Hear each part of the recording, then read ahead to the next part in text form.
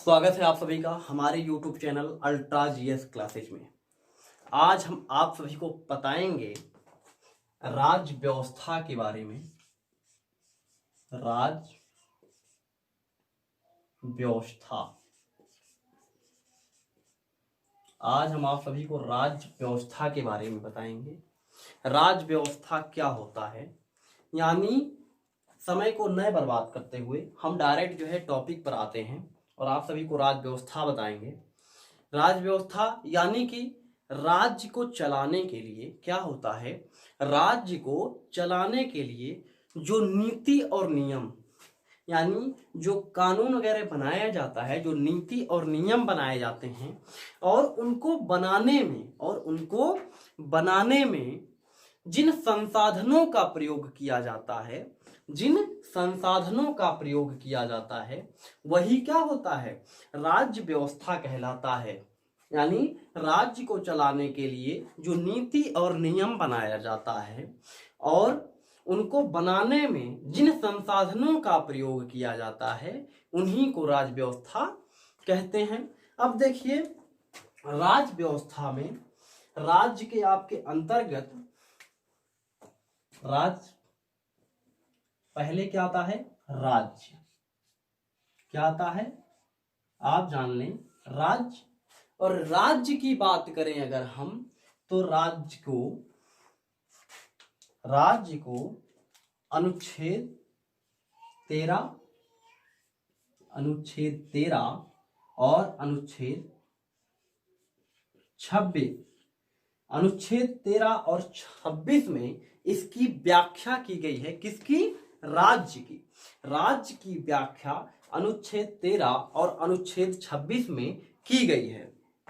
मैं आप लोगों को बता दूं कि राज्य व्यवस्था नीति को चलाने के लिए क्या होता है, नीति और नियम को बनाने के लिए, यानी राज्य को चलाने के लिए जो नीति और नियम बनाया जाता है, राज्य को चलाने के लिए जो नीति और नियम बनाया जाता है और उनको बनाने में जो संसाधनों का प्रयोग होता है, वही राज्य व्यवस्था कहलाती है। और राज्य व्यवस्था में राज्य को अनुच्छेद 13 और अनुच्छेद 26 में राज्य की व्याख्या की गई है। किसकी? राज्य की व्याख्या की गई है। इसमें राज्य में मैं बता दूं आप लोगों को, सबसे पहले आता है संसद। क्या आता है? संसद।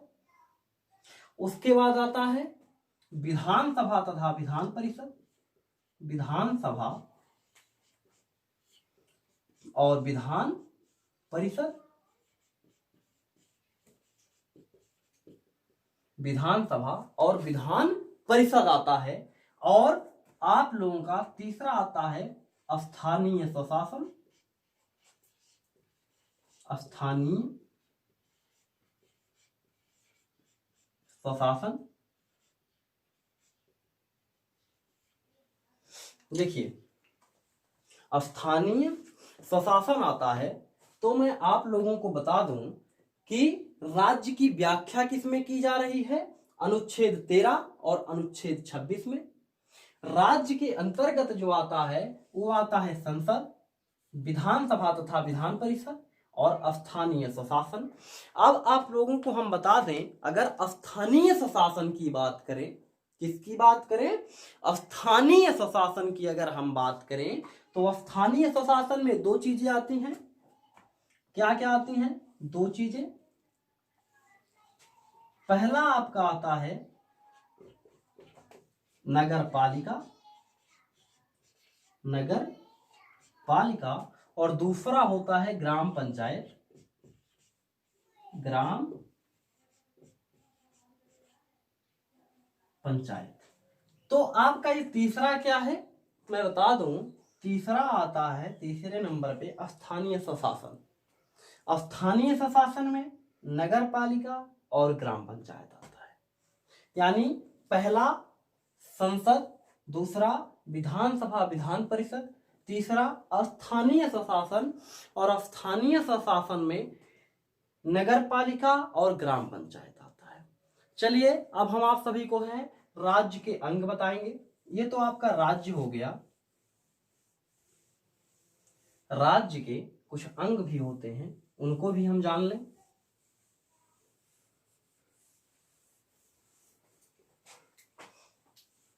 राज्य के अंग,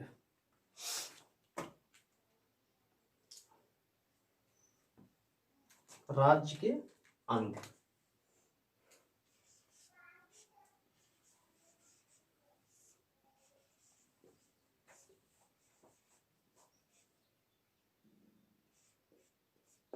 ये आपका राज्य के अंग है। अब राज्य के अंग में क्या होता है, इनमें सबसे पहले आता है विधायिका। क्या होता है? विधायिका। ध्यान दीजिएगा,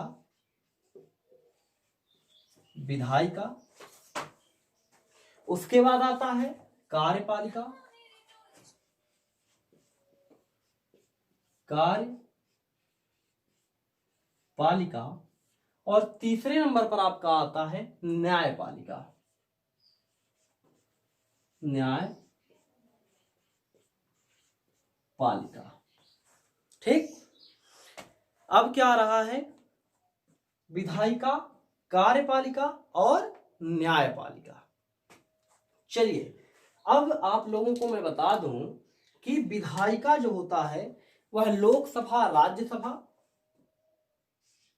लोकसभा,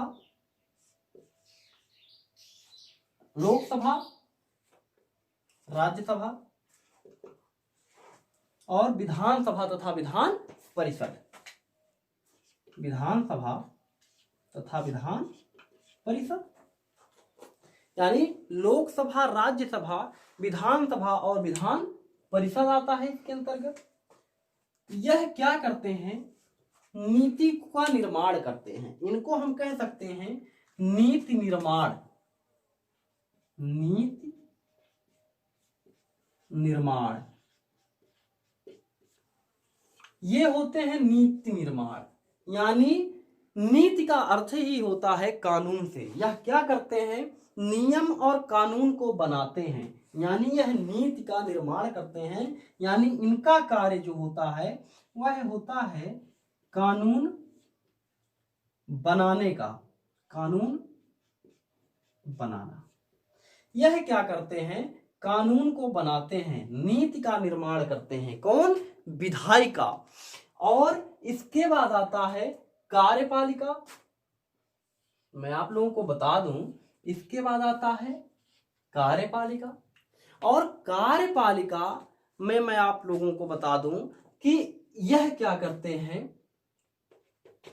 कार्यपालिका अर्थ होता है कि यह नीति का निर्माण करते हैं और यह क्या करते हैं? नियम को लागू करवाते हैं। क्या करवाते हैं? नियम को लागू करवाते हैं। इनका कार्य जो होता है वह नीति को लागू करवाते हैं, यानी कानून को लागू करवाना, कानून लागू करना किसका काम होता है? यह होता है कार्यपालिका का। यह होता है कार्यपालिका का कि यह क्या करते हैं? जो कानून को लागू करवाते हैं। विधायिका क्या करती है? नीति का निर्माण करती है। यानी पहले क्या होता है? कानून बनता है, उसके बाद कार्यपालिका क्या करती है? कानून को लागू करवाती है। उसके बाद नंबर आता है न्यायपालिका का। उसके बाद नंबर आता है न्यायपालिका का।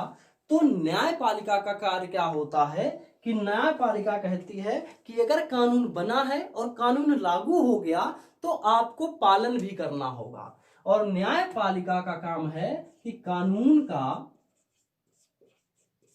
पालन करवाना।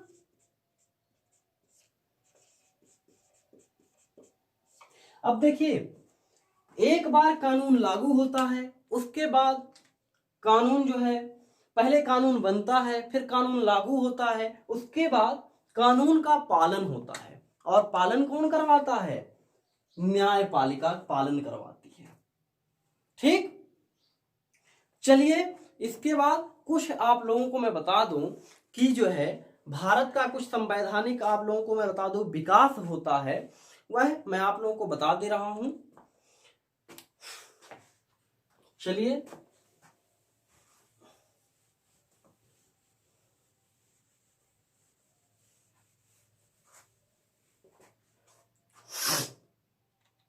भारत का संवैधानिक विकास, भारत का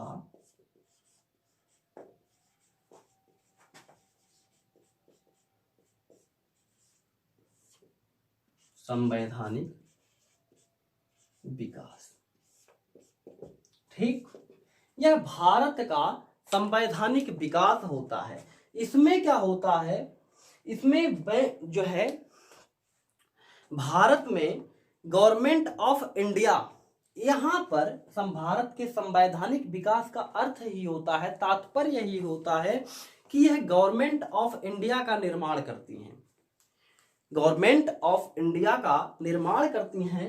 इसमें जो होता है वह होता है आपका कलकत्ता परिषद,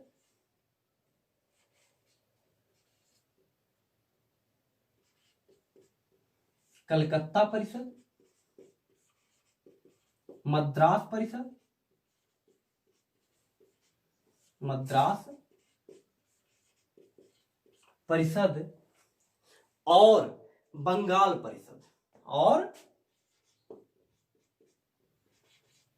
बंगाल परिषद। यानी कलकत्ता परिषद, मद्रास परिषद और बंगाल परिषद, यह क्या करती हैं, यह गवर्नमेंट ऑफ इंडिया का निर्माण करती हैं। यह तीनों भारत का निर्माण करती हैं उस समय, ठीक है। परिषद का इंग्लिश जो होती है मैं आप लोगों को बता दूं, काउंसिल होता है। क्या होता है, काउंसिल, ठीक, काउंसिल मतलब परिषद, ठीक। अब लेकिन ऐसा होता था कि यह तीनों जो है भारत, यानी भारत का निर्माण करती थी, गवर्नमेंट ऑफ इंडिया का निर्माण करती थी, लेकिन इन तीनों का भारत के संवैधानिक विकास में इन तीनों का आपस में कोई संबंध नहीं था, कोई संबंध नहीं था। क्या होता है कि यह तीनों काउंसिल जो होती हैं, तीनों परिषद जो होती हैं, बैंक ऑफ जो है आपका भारत का निर्माण करती हैं, गवर्नमेंट ऑफ इंडिया का निर्माण करती हैं, लेकिन इन तीनों का आपस में कोई संबंध नहीं होता है।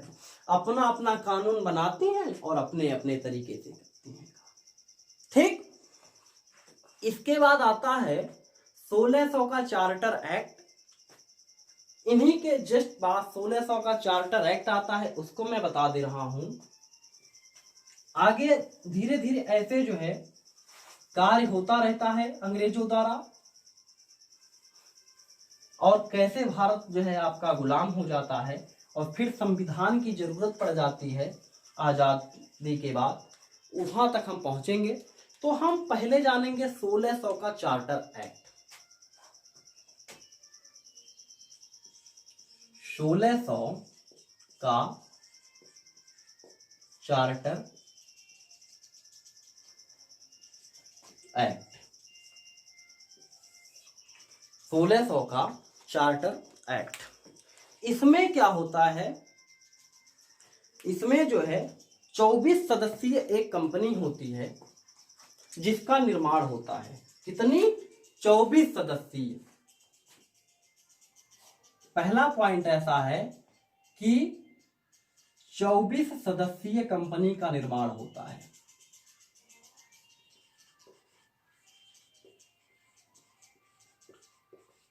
कंपनी का निर्माण होता है।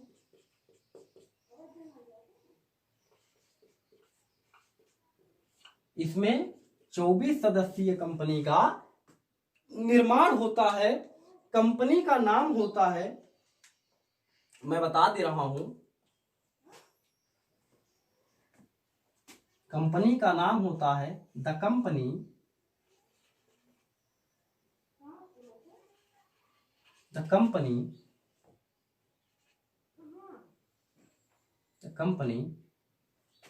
इन merchant, the company of merchant, the company of merchant in merchant trading in east, ये कंपनी होती है। कौन सी? The company of merchant trading in east, यह कंपनी होती है। 1600 के चार्टर एक्ट में क्या होता है, इस कंपनी का निर्माण होता है। 24 सदस्यीय कंपनी होती है, यानी इस कंपनी में जो कार्यरत होते हैं वह 24 सदस्य होते हैं। ठीक है, लेकिन निर्माण कौन करता है? उतने समय रानी एलिजाबेथ फर्स्ट, रानी एलिजाबेथ फर्स्ट, उतने समय रानी एलिजाबेथ फर्स्ट होती हैं और यह क्या करती हैं, एक कंपनी का निर्माण करती हैं जिस कंपनी का नाम होता है the company of merchant trading in east. यह 24 सदस्यीय कंपनी होती है।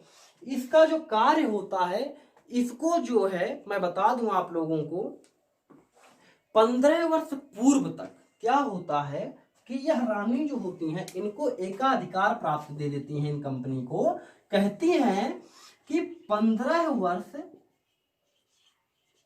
पूर्व तक आप जो है व्यापार करने के लिए इनको यहां पर एकाधिकार प्राप्त हो जाता है। किसे? इन कंपनी को। यानी 15 वर्ष पूर्व तक व्यापार करने का एकाधिकार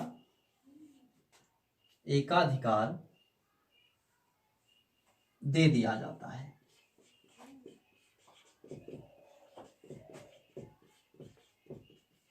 ध्यान दीजिएगा, क्या होता है, महारानी एलिजाबेथ फर्स्ट उस समय होती हैं, वह क्या करती हैं, एक कंपनी का निर्माण करती हैं। 1600 चार्टर एक्ट में कंपनी का नाम होता है the company of merchant trading in east. इस कंपनी का निर्माण करती हैं, जो 24 सदस्यीय कंपनी होता है उसमें 24 सदस्य होते हैं और यह रानी उनको, उस कंपनी को 15 वर्ष पूर्व तक क्या करती हैं, कहती हैं कि आप 15 वर्ष पूर्व तक व्यापार कर सकते हैं। इस तरीके से 1600 का जो है चार्टर एक्ट जो है आपका खत्म होता है। आगे हम बता दें, आप लोगों को बताएंगे 1726 का चार्टर एक्ट, वहीं से आपको नेक्स्ट क्लास में बताया जाएगा। और मैं बता दूं कि वीडियो समाप्त होने से पहले मैं आप लोगों को एक चीज बता दे रहा हूं कि आप लोगों के लिए एक महत्वपूर्ण क्वेश्चन है जिसका आंसर आप लोग जो है कमेंट बॉक्स में जरूर दीजिएगा। क्वेश्चन है, इंडिया